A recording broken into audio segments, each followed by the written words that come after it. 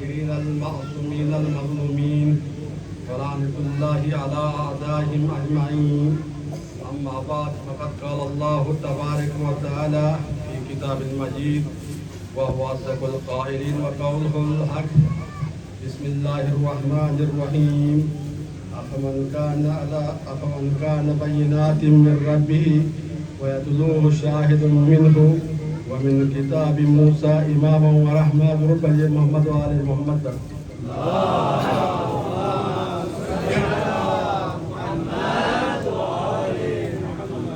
سب سے پہلے دعا کرتے پروردگار سے کہ ایک مومنہ مریض ہے بحق کے بیماری کربلا کے صدقے میں اس سے شفا کل واجل عطا فرما، اور ایک مومن نے خصوصی تعاون کیا ہے، پروردگار اس کے توفیقات خیر میں اضافہ فرمائے، اور ہمارے ایک برادر شریف نواز مریض ہے بحق کے بیمار کربلا کے صدقے میں انہیں صحت و سلامت عطا فرما، اور حاضرین مجلس میں جو بھی بیمار ہے پروردگار سے دعا کرتے کہ آج علی اکبر کی مجلس کے صدقے میں انہیں صحت و سلامت عطا فرمائے، خصوصاً جہاں بھی شان حضر قرار پریشان آپ کی پریشانی کو دور فرمائے، مراج اعظام کو صحت و سلامت عطا فرمائے، آیت اللہ سیستانی کو سنا، آیت اللہ سیستانی، آیت اللہ شیخ بشیر نجوی اور رہبر معظم کو طول عمر عطا فرمائے، تمام مراجوں کو صحت و سلامت عطا فرمائے، ہمارے امام کے ظہور میں تعجیل عطا فرمائے، سب کی قبولیت کرے، 3 مرتبہ سورہ آیہ کریمہ کی تلاوت کا شرف حاصل تلاوت کر کے ان کو ثواب حاصل کرے۔ بسم اللہ الرحمن الرحیم۔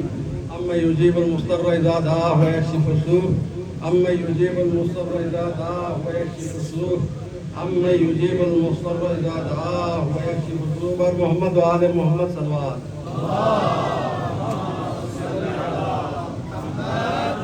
برادران عزیز، میں نے آپ کے سامنے قرآن مجید کی ایک مشہور و معروف آیت کی تلاوت کا شرف حاصل کیا، سورہ ہود کی آیت نمبر 17 ہے، جس میں پروردگار عالم ارشاد فرماتا ہے کہ وہ جو اپنے رب کی طرف سے کھلی دلیل لے کے آیا، وَيَتْلُوهُ شَاهِدٌ، اور اس کے پیچھے اس کا شاہد بھی ہے، اور اس سے پہلے کتاب موسیٰ بھی اس کی گواہی دے رہی ہے، اگر تم اس پہ عمل کرو گے تو کامیاب ہوگے، اگر اس سے روگردانی کرو گے تو جہنم میں چل جاؤ گے۔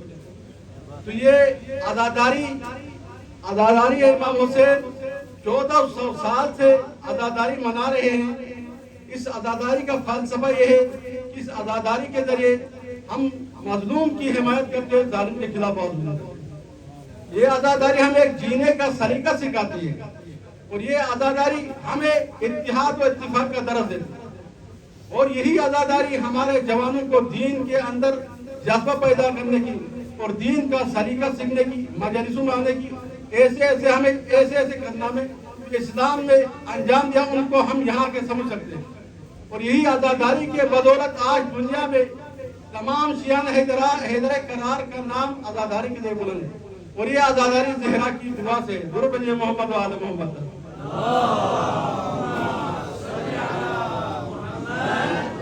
میں نے آپ کے سامنے جو قرآن مجید کی آیت کی تلاوت شرف حاصل کی، اس میں ہے کہ وَيَتْلُوهُ شَاهِدٌ مِّنْهُ، مجھے اس سے بات کرنی ہے۔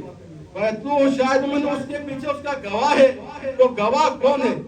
تو پروردگار یہ گواہ بتا دے۔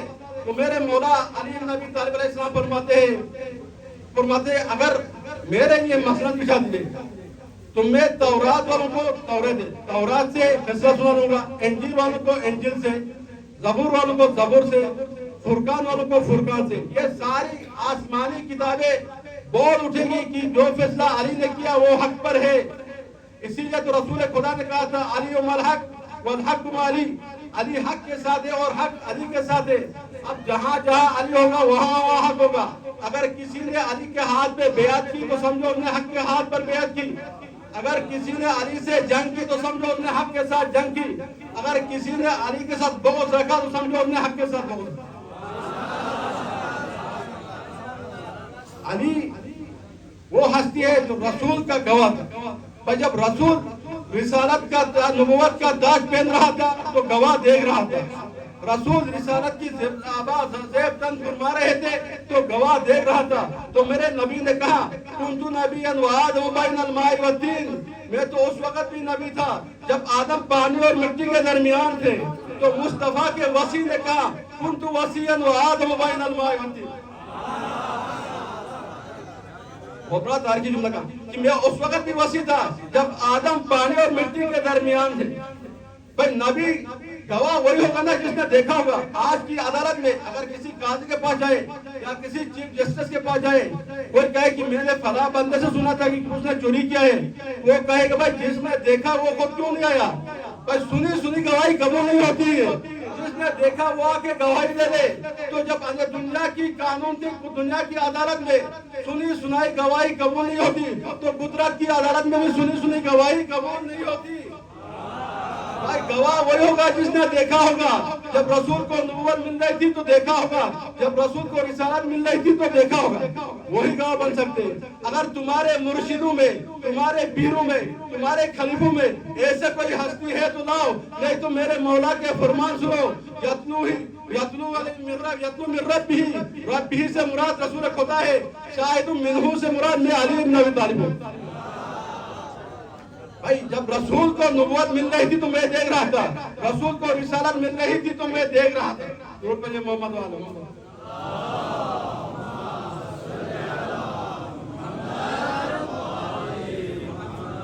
رسول کو نبوت مل رہی تھی تو میں دیکھ رہا تھا, جب رسول کو رسالت مل رہی تھی تو میں دیکھ رہا تھا. تو وہ گواہ وہی ہوگا جو اس وقت دیکھ رہا ہوں.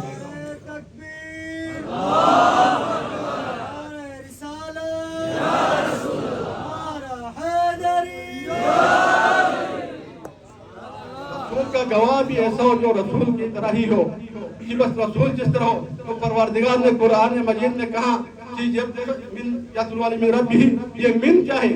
یہاں پہ بعض مفسرین نے کہا من جز ہے, جو پہلے کا جز ہے وہ من ربہ کا جز, یتلو من ہی یہ جز ہے.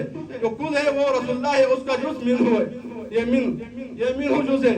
بھائی جز ہے تو جب جز کو سمجھے جیسا کل کو سمجھے ایسا جز کو سمجھے. اگر کل صادق ہے تو جز بھی صادق ہوگا, اگر کل امین ہے تو جز بھی امین ہوگا, اگر کل نوری ہے تو جز بھی نوری ہوگا. جب کل کو دیکھتے جاؤ جز کو پہچانتے جاؤ. یہ میرے ملاقات. تبھی تو رسول خدا نے فرمایا تھا لحم کا لحمی, لحم کا دمی, قلب کا قلبی, جسم کا جسمی, روح کا روح.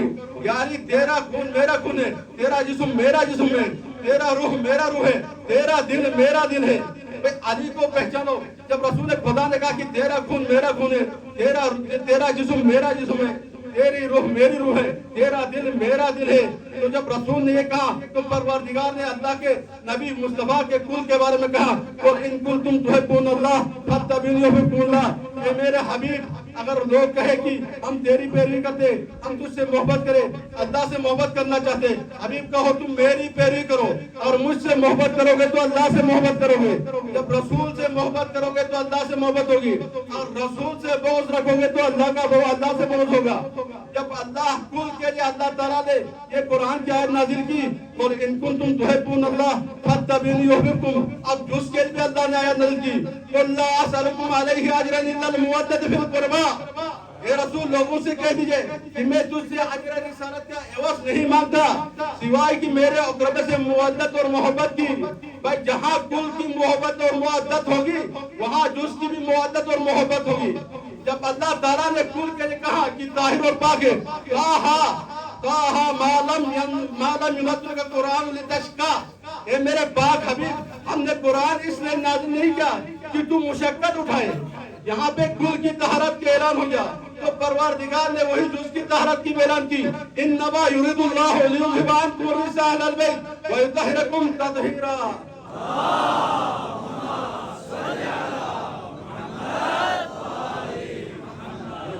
جز کا تکبر, یہ کل اور جز کا تکبر ہو رہے. کل اور جز کے جب کل کے لیے طہارت کے اعلان ہو گیا تو جز کے لیے ہو گیا, کل کے لیے مودت کے اعلان ہو گیا تو جز کے لیے ہوا. کل کے اوپر سلام پڑا گیا السلام علیکم ایھا النبی ورحمۃ اللہ وبرکاتہ. جب کل پہ یہ سلام پڑ گیا اب جز کے کہا سلام علی یاسین, سلام علی یاسین پر. جب اللہ تعالیٰ جن کے اوپر سلام بھیجے, اگر کوئی ملا ان کے اوپر علیہ السلام نہ کہ تو اس کا کچھ نہیں بگڑتا.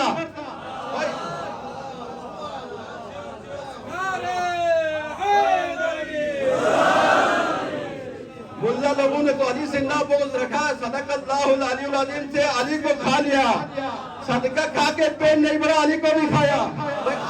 عظیم سے علی کو کھایا، کہاں تک علی کو کھاؤ گے؟ کہاں تک علی سے بھاگو گے؟ بھائی جنت کے دروازے میں علی کا نام لکھا ہوا ہے، جنت کے دروازے میں علی کا نام لکھا ہے، تو پھر وہاں سے بھی پڑھنا پڑے گا۔ جنت کے دروازے میں لا الہ الا اللہ محمد الرسول اللہ علی اخو رسول اللہ قبل ان یخلق السماوات الف عام۔ اللہ نے کہا جنت کے دروازے میں لا الہ الا اللہ لکھا ہوا ہے، محمد الرسول اللہ لکھا ہوا ہے، علی اخو علی وسیع علی رسول کا بھائی ہے۔ یہ کن نے؟ آسمان اور زمین کے خلق کرنے سے 1000 سال پہلے خلق تھے، 1000 سال پہلے خلق تھے۔ اب تم دیکھو گے جنت کے دروازے کا علی کا نام، بھائی تم تو جس گھر کے دروازے کا علی کا نام دیکھتے ہو کہ تو یہ شیعوں کا گھر ہے۔ بھائی جس دکان پہ علی لکھا ہوا دیکھا یہ شیعوں کی دکان ہے، جس گاڑی پہ علی کا نام ہوگا یہ شیعوں کی گاڑی ہے، جس موٹر پہ علی کا نام ہوگا یہ شیعوں کا موٹر ہے۔ جب جنت پہ علی کا نام دیکھو گے تو غیرت مندی بہادری یہ ہے کہ واپس پلٹ جانا۔ اگر تم جنت تک پہنچے، پہلے تو یقین ہے کہ تم لوگ نہیں پہنچو گے، اگر کوئی پہنچ بھی گیا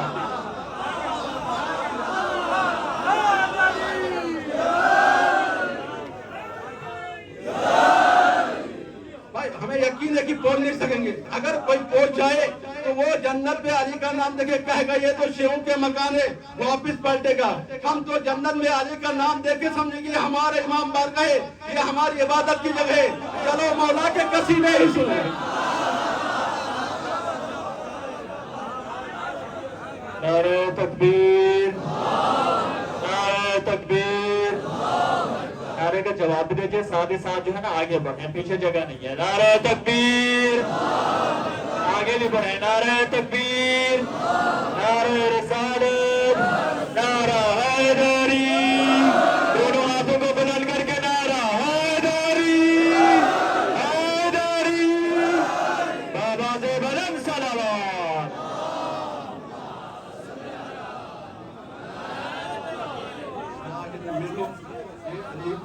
اللہ کا گواہ ہے، بس شب ہجرت جب رسول خدا شب معراج پہ جا رہے تھے، آسمان پہ پہنچ گیا تو زمین سے ایک نور کو دیکھا، ایک روشنی کو دیکھا۔ جبرائیل سے کہا جبرائیل یہ روشنی کس چیز کی ہے؟ کہا یہ بنی اسرائیل میں سے وہ لوگ ہیں جو گوسلہ پرستی نہیں کرتے تھے، اور یہ حضرت یوسف اور بنیامین کی اولاد میں سے ہیں، اور آج بھی یہ کوکاب کی جگہ پہ اللہ کی تقدس اور تسبیح کرتے، اسی کی وجہ سے زمین سے آسمان کی طرف یہ نور بلند ہوتی ہے۔ تو رسول خدا نے جبرائیل سے کہا اے جبرائیل واپسی میں ہم جا کے ان کی دین کو تکمیل کریں گے۔ جب واپسی میں جبرائیل نے کوکاب کی طرف رسول خدا کو لے کے گیا تو جبرائیل نے کہا یہ آپ لوگ کے آخری نبی محمد عربی قریشی ہے، تو انہوں نے رسول خدا کے ہاتھ پہ بیعت کی، لا الہ الا اللہ محمد الرسول اللہ علی ولی اللہ پڑھ کے دین تکمیل کر دی۔ میرے رسول نے کہا اگر آج تم لوگ علی کی ولایت کے اقرار نہیں کرتے تو آپ کی دین تکمیل نہ ہوتی۔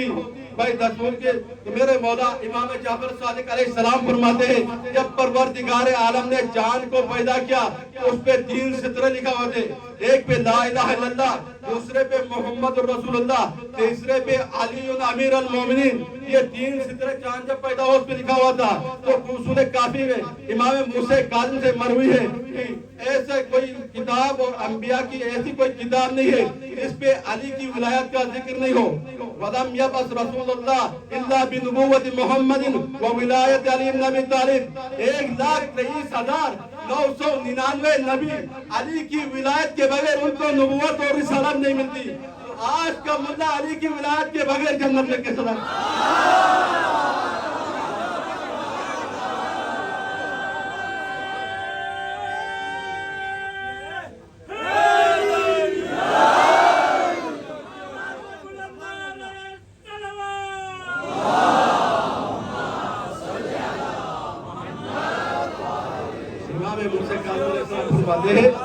کہ 1,23,999 نبیوں نے جب تک رسول کی نبوت کا اقرار نہ کیا ہو، خاتم النبیین کی نبوت کا اور علی کی ولایت کا اقرار نہ کیا ہو، ان کو نبوت اور رسالت نہیں ملی۔ بھئی یہی نبی اور علیہ السلام خیبر اس وقت کے یہودیوں نے اتنا مضبوط قلعہ بنایا تھا خیبر کا، ان کا مضبوط قلعہ تھا اور ان کا اعلان تھا کہ کسی بھی پاور اور کسی بھی بڑے بڑے جنگی لوگ اس قلعے میں داخل نہیں ہوتے۔ یہودی آج سے مضبوط نہیں ہے، اس دور کے بھی یہودی مضبوط تھے، انہوں نے کہا کسی پہلوان کی کسی بہادر کی ضرورت نہیں ہے اس قلعے کا دروازے کو ہٹائے. بڑے بڑے صحابی گئے, کوشش کیا, ناکام ہو گئے. مگر جب رسول خدا نے اپنے وسیع اور اپنے گواہ کو لے کے گیا تو مولا کائنات نے ایک ہاتھ سے دروازے کو کھاڑ پھینک دیا. تو اس وقت جب یہ خیبر فتح ہوا نا تو بہت سارے صحابی غنی ہو گئے, اور ایک رسول کی زوجہ کہتی ہے خیبر سے پہلے کبھی ہم نے پیٹ بھر کے کھانا نہیں کھایا تھا, خیبر کے فتح کے بعد ہمیں اتنا مال ملا کہ ہم نے پیٹ بھر کے کھانا کھایا. خیبر کے فتح کے بعد اتنا ان کو کھانا اتنا مال ملا کہ پیٹ بھر کے کھا لیا. ان کا پیٹ کبھی نہیں بھرتا تھا, خیبر سے مال ملا اور پیٹ بھر کے کھانا کھا لیا. خیبر سے سب کو حصہ مل گئے, مولا کو بھی حصہ ملا تھا, مولا کا حصہ ملا. دیکھا کہ ایک لائن کھڑی ہے کچھ بیواؤں کی, یتیموں کی. کمبر سے پوچھا یہ کون ہے؟ یہ بیوہ اور یتیم ہے, یہ بھی کچھ مانگ رہے ہیں. کہاں تو کچھ دے دیتا, مولا میں نے کچھ دینے کے لیے کہا. انہوں نے کہا ہم اس سے مانگ رہے ہیں جس نے خیبر کو فتح کیا ہے. اب مولا گیا, جو مولا کو مال ہے بیت المال سے جو حصہ ملا تھا وہ سب کا سب ان کو دے دیا. جب گھر آیا ہر صحابہ نے اپنے اپنے گھر میں حصہ لے کے آیا. سب صحابہ کے بیگمات خوش ہو گئی. مولا کی زوجہ فاطمہ بنت اسد نے پوچھا یا حضرت کہ آپ کو میرے بابا نے مال غنیمت سے بیت المال سے کچھ نہیں دیا تھا؟ کہاں شہزادی دیا تھا, بلکہ مجھے تو زیادہ ملنا چاہیے, میں نے فتح کیا تھا, آپ کے بابا نے مجھے حصہ دیا تھا, مگر میں کیا کرتا, راستے میں کچھ یتیم اور بیوہ ملے تو میں نے اپنا سارا کا سارا حصہ ان کو دے دیا. بھائی حضرت فاطمہ زہرا سجدے پہ گری, اللہ کا شکر ادا کیا پروردگار تو نے مجھے علی جیسا شوہر عطا کیا ہے. اگر آج کے دور کے کوئی شخص جا کے مال نہ لے کے آئے تو اس کی دوزہ سجدہ نہیں کری بلکہ سنائے. یہ حضرت زہرا کی کرامت تھی, یہ حضرت زہرا کی وہ شجاعت اور اس کی بصیرت تھی کہ سجدہ کیا. درود پڑھیے محمد و آل محمد.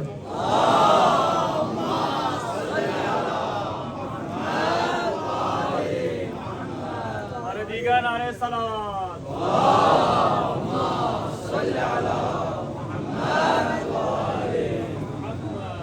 ریاض میں ایک اور مومن نے تعاون کیا, شیخ رسول مصباح صاحب, اور جو ہمارے اورینجرین یہاں جو کام کرے برادران, پروردگار ان سب کو صحت و سلامتی کے ساتھ طول و عمر عطا فرمائے, توفیقات خیر میں اضافہ فرمائے.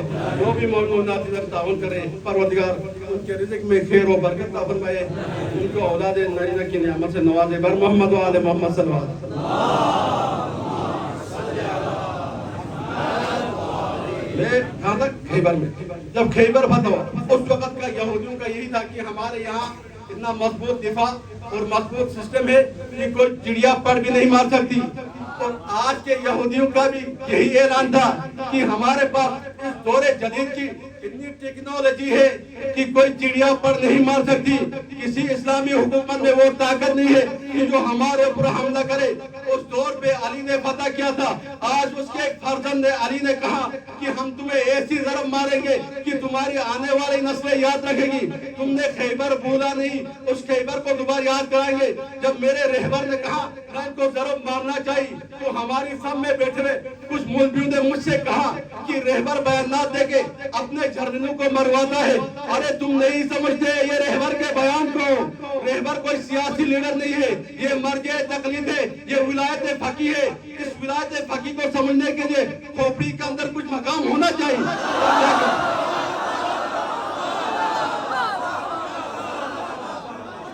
ہر کسی کی بس کی بات نہیں, ولایت علی اور ولایت فقیہ کو سمجھے. یہ بھی ہر کوئی نہیں سمجھ سکتے. بھائی بڑے بڑے مولویوں کے بیٹے کہتے ہیں کہ ہمارے لیے ولایت فقیہ, اب نہیں بول سکتا ہوں, ولایت فقیہ کے ذریعے ولایت فقیہ کچھ نہیں کر سکتے, بیانات دیتے ہیں. میں نے کہا جب میرے رہبر نے ایک مرجع نے کہا تو وہ کر کے دکھائے گا. اس دور میں بھی جب علی نے کہا حملہ کر کے ان کے مضبوط سے مضبوط قلعے کو کھا دیا. آج بھی ان کا آئرن ڈوم ناکام ہو گیا. جب رہبر نے کہا مارو, ایسا مارا کہ یہودی کی اولاد اور ٹرمپ بھی یاد رکھتا ہے, کہے گا کہ ایرانیوں کے پاس ایسے اسلحے ہیں کہ ہم سوچ بھی نہیں سکتے تھے. مرور بجے رہبر محمد کی صحت و سلامتی کے لیے.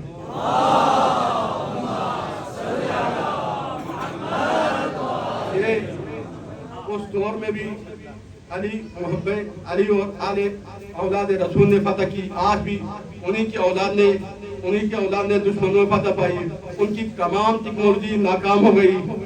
اگر مسلمانوں کے اندر غیرت ہو، شعور ہو، عقیدہ ہو، جن کے دل میں محبت اہل بیت ہو، سب سے بڑا اصلہ اہل بیت کی محبت ہے۔ اس کے ذریعے سے حضرت نوح کو نجات ملی ہے، اس کے ذریعے سے حضرت آدم کی توبہ قبول ہوئی ہے، اس کے ذریعے سے حضرت موسیٰ کو اژدہا کے سامنے، جادوگروں کے سامنے اس کو فتح ملی ہے۔ آج اسی اہل بیت کی محبت کے ذریعے ایران کو بھی فتح نصیب ہوئی ہے۔ اہل بیت کی محبت ہر کسی کی وسیلہ نہیں ہے، اہل بیت کی محبت کے ذریعے مقام حاصل ہوتا ہے۔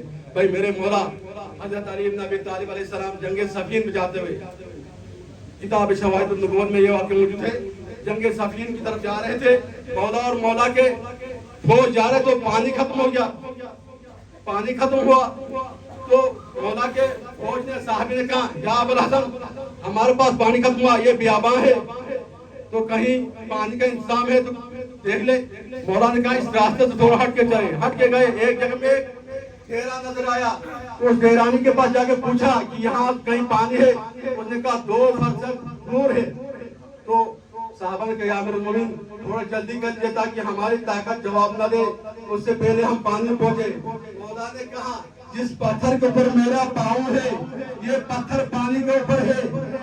مولا نے ایک پتھر میں پاؤں رکھا تھا، کہا جس پتھر کے اوپر میرا پاؤں ہے اس پتھر کے نیچے پانی ہے۔ تو صحابہ نے اس پتھر کو ہٹانے کی کوشش کی، ان سے ہٹا نہیں گیا تو مولا خود آ گئے، اس پتھر کو ہٹایا، ہٹانے کے بعد وہاں سے اتنا لذیذ پانی نکلا، صحابہ نے پی لیا اور اپنے مسجد ابراہیمیہ ساقی کوثر کے بدولت سے وہ سب زیر ہو گئے۔ وہ راہب دیکھ رہا تھا، اپنے ڈیرے سے اترا، مولا نے پانی بھرنے کے بعد پتھر کو واپس رکھ دیا، صحابہ سے کہا مٹی لا کے بند کر دو۔ وہ راہب اترا اپنے ڈیرے سے، اتر کے کہا اے شخص یہ بتا تو نبی ہے یا نبی کا وسیع؟ سوال کیا، سوال بڑی معرفت والی شخصیت تھی وہ بھی۔ اس نے کہا تو نبی ہے نبی کا وسیع؟ کہا کیوں؟ میں نے اپنی کتابوں میں پڑھا ہے اور اپنی کتابوں میں پڑھا بھی ہے، میں نے دیکھا بھی ہے اور اپنے علماء سے سنا بھی ہے، یہاں ایک پتھر ہے، اس پتھر کے نیچے چشمے ہے، اس چشمے کے بارے میں یا نبی جانتے یا نبی کا وسیع؟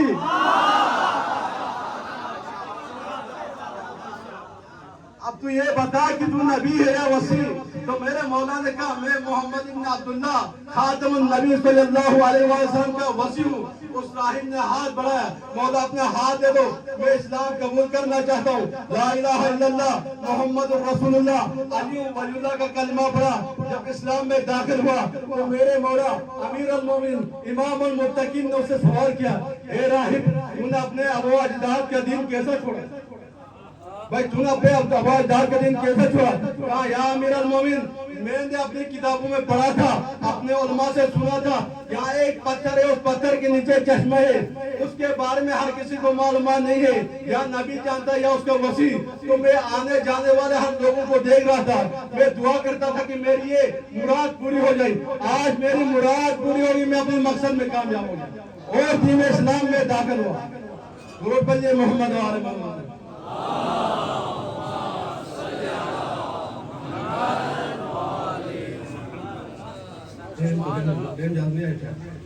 جب مولا کائنات علی بن ابی طالب علیہ السلام نے اس واقعے سے پتھر رکھ چشمے میں پانی پلا دیا، اس کے بعد مولا کو ظاہری خلافت ملی، اس سے پہلے سقیفے سے کوئی خلیفہ بن کے آئے تو پہلا آیا تو اس جگہ میں بیٹھا جہاں رسول بیٹھا تھا، اس سے نیچے بیٹھ گیا۔ ممبر رسول کی 4 پوشن تھے، اوپر رسول جہاں بیٹھا تھا وہاں نہیں بیٹھا، اس سے نیچے بیٹھا۔ جب دوسرے کو خلافت ملی اس سے نیچے بیٹھا، تیسرے کو خلافت ملی تو سب سے نیچے بیٹھ گیا۔ جب میرے مولا امیر المومنین امام المتقین کو ظاہری خلافت ملی تو اب لوگ سوچ رہے تھے کہ علی زمین پہ بیٹھ کر خطبہ دیں گے، کیونکہ جو روش چلی تھی نا اسی حساب سے تو نہیں بیٹھنا چاہیے۔ اب سوچا کہ علی زمین پہ بیٹھ کے خطبہ دیں گے، علی آئے پہلا دوسرا تیسرا پہ پاؤں رکھ کے رسول کی جگہ بیٹھے۔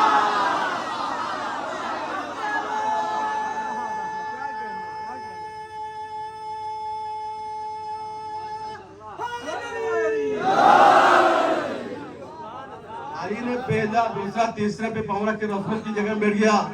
تو مجمع بیٹھے ہوئے لوگوں نے ایک دوسرے کے کانوں میں کہا کہ علی نے کیا غضب کیا، رسول کی جگہ میں بیٹھ گیا. بھائی رسول کی جگہ میں نہیں بیٹھنا چاہتے، کم سے کم اس سے نیچے بیٹھنا چاہتا.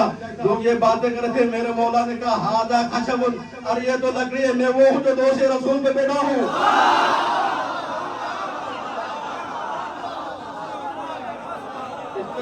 اس پہ شاعر نے کیا خوب کہا، ادھر دیکھا ادھر دیکھا، یہاں دیکھا وہاں دیکھا، نگاہوں کی مقدر نے علی کو ہی کہاں دیکھا، نگاہوں کی مقدر نے علی کو ہی کہاں دیکھا.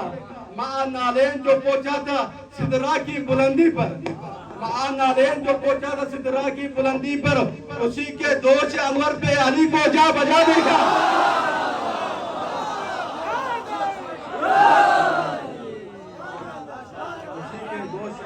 علی کو جا بجا دیکھا. یہ مولا کائنات ہے جو رسول کا گواہ ہے.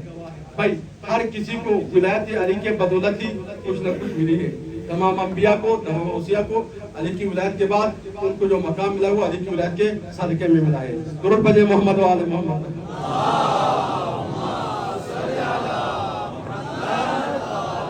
محمد و آل محمد بارے دیگر آواز بلند صلوات. پیچھے انتظامیہ کی طرف سے ایک بار پھر گزارش کی جاتی ہے کہ آپ لوگ جو ہے نا جہاں جہاں گنجائش ہیں تھوڑا جگہ نکالی ہے تاکہ جو برادران بزرگان باہر کھڑے ہیں وہ ان کو جو ہے اندر فرش اعضاء پر جگہ مل سکے. نعروں کے جواب دینے والوں آگے بڑھیں انشاءاللہ تاکہ باہر سے آنے والے عزیزان کے لیے بھی یہاں پر جگہ مل سکے. نعرہ تکبیر، نعرہ تکبیر، نعرہ رسالت. جتنا بڑا بجتا ہے اتنی بڑی آواز نہیں آ رہی. نعرہ رسالت، دونوں ہاتھوں کو بلند کر کے نعرہ حیدری، حیدری، حیدری. آواز بلند صلوات.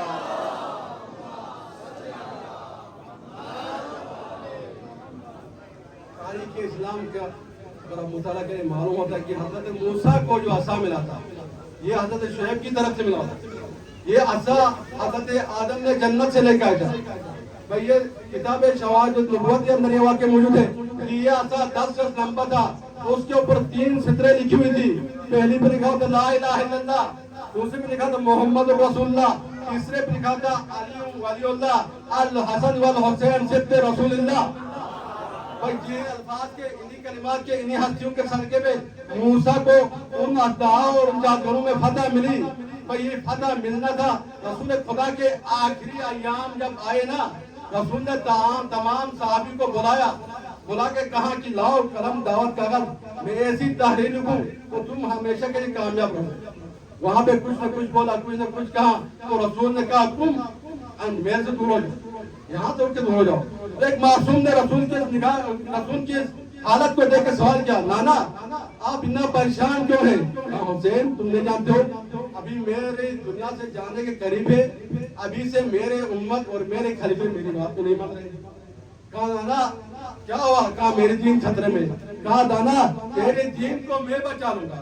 کہا حسین نے کہا نانا اگر تیرے دین خطرے میں ہو تو میں اپنا 32 سالہ بھائی کو بھائی کے بازو قربان کر دوں گا. نانا اگر تیری دین خطرے میں ہو میں اپنے جوان بیٹے کے کلجے سے تیر نکالوں گا. نانا اگر تیری دین خطرے پہ ہو میں 6 مہینے کے علی اصغر کو بھی قربان کر دوں گا. نانا نے کہا پھر بھی اگر میری پھر بھی کہا حسین میری دین نہ بچے. کہا نہ بچے تو میں اپنے گلے کو کاٹ دوں گا. تو پھر بھی کوئی کسر باقی رہے حسین. تو جب حسین خاموش ہو گیا اندر سے ایک مستورانہ آواز دی، بھیا حسین نانا سے کہو زینب اپنی چادر کی قربانی بھی نہ دے گی. عزاداروں آج مجھے علی اکبر کی مسائل پڑھنی ہے. جب میں کتاب مکتب کی کتاب میں مسائل پڑھا تھا عجیب و غریب خطرناک جملے تھے، مجھ سے برداشت نہ ہو سکے. علی اکبر بابا کے پاس آ جاتے، بابا مجھے تنگ کی اجازت دے دے. مولا کہتے بیٹا علی اکبر میں تمہیں اجازت نہیں دے سکتا ہوں، تم ان سب بچوں کو لے کے مدینے چلے جا. اکبر کہتے بابا آپ کو چھوڑ کے میں نہیں جا سکتا ہوں. پھر کہتے اکبر جاؤ اپنی پھوپھی اور اماں سے اجازت لے لو. اکبر خیمہ گاہ میں جاتے عزاداروں خیمہ گاہ میں جاتے پھوپھی زینب محمد لیلا سے اجازت لیتا ہے. زینب و لیلا کہتے اکبر ہمیں کس کے سہارے میں چھوڑ کے جا رہے ہو؟ آخرکار اکبر نے بڑی منت سماجت کی.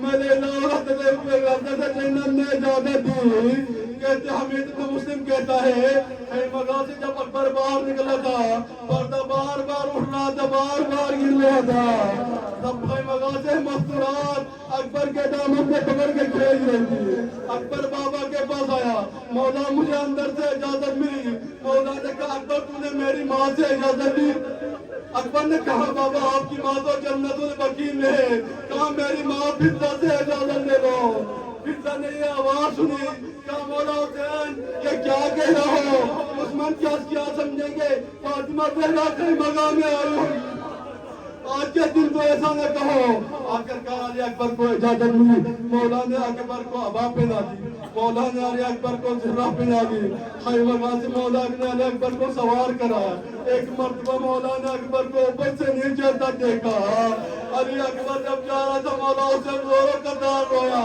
اکبر نے کہا بابا صبر کرو امام حسین نے کہا بیٹا اکبر اگر تمہارا کوئی بیٹا تم جیسا ہوتا پھر میں تم سے پوچھتا جوان بیٹے کی موت کیا ہوگی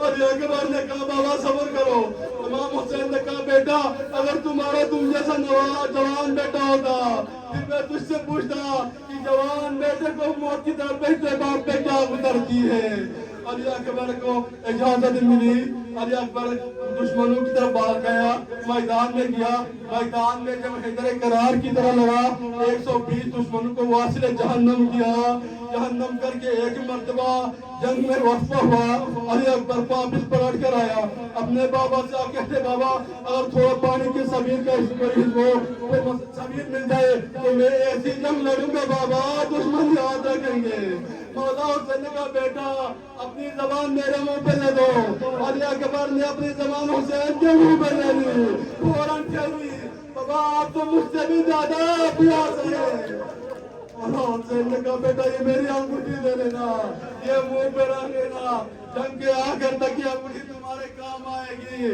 تمہاری پیاس بجھائے گی علی اکبر دوبارہ میدان کی طرف گیا کہا کوئی ہے جو میرے مقابلے میں آنے والے دشمن کے فوج جاتی جس طرف علی اکبر جاتا وہاں سے بھاگ جاتی ہر طرف سے علی اکبر نے دشمن کو پسپا کیا ایک مرتبہ دشمن نے چاروں طرف سے اکبر پہ حملہ کیا تیر برس رہی تھی تلواریں چل رہی تھی حسین اکبر کی جنگ دیکھ رہا تھا عزادارو باپ اپنے بیٹے کی جنگ دیکھ رہا ہے باپ سے پوچھو کہ جوان بیٹے کی جنگ دیکھتے جوان بیٹے کی موت قریب دیکھتے باپ پہ کیسا گزر جاتی ہے آپ سب صاحب اولاد ہو آپ خود سوچو کہ اپنے بیٹے کو سامنے مرتے ہوئے دیکھا تو کیسا گزرے گی اجوکم اللہ امام حسین اکبر کو دیکھ رہا تھا چاروں طرف سے تیر چل رہے تھے تلواریں چمک رہی تھی ہر طرف سے نیزے نظر آ تھے ایک دفعہ آگے بڑھ باپ کے آنکھوں سے اجل گیا مولا جنگ بھی دیکھ رہے اکبر کو بھی ڈھونڈ رہا ہے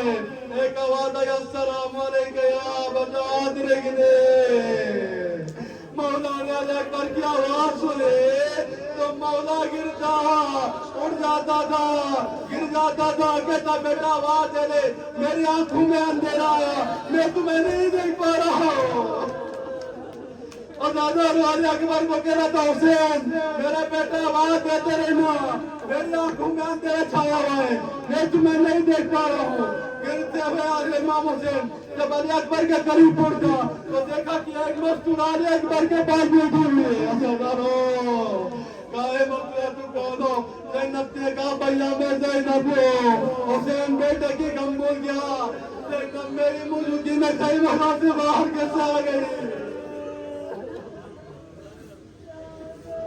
کہاں رہی زینب اب خیمے میں چلے جائے جب تک میں زندہ ہوں اب خیمے سے باہر نہ جائے زینب تو یہ سوچ کر چلے گئی تھی اس حالت میں وہ اپنے بیٹے کو دیکھے گا تو امام حسین کو دنیا سے رخصت ہو جائے گا تاکہ میں بیچ میں حائل ہو جاؤں حسین کی توجہ میری طرف ہو اور حسین بچے زینب تو کہاں تک حسین کو بچاؤ گی آخر کار حسین بھی اس دنیا سے رخصت ہو گئے امام حسین نے زینب کو خیمہ غادہ پہنچا دی علی اکبر کے پاس آیا بیٹا آواز دے دو میں تمہارے پاس آیا ہوں علی اکبر ایک پاؤں چھیکتا تھا ایک پاؤں پھیلا رہا تھا سینے میں ہاتھ لگا تھا کہا بیٹا کیوں اس طرح کرو بابا میرے سینے میں تیر سے پیوستہ ہوا ہے بہت درد ہو رہا ہے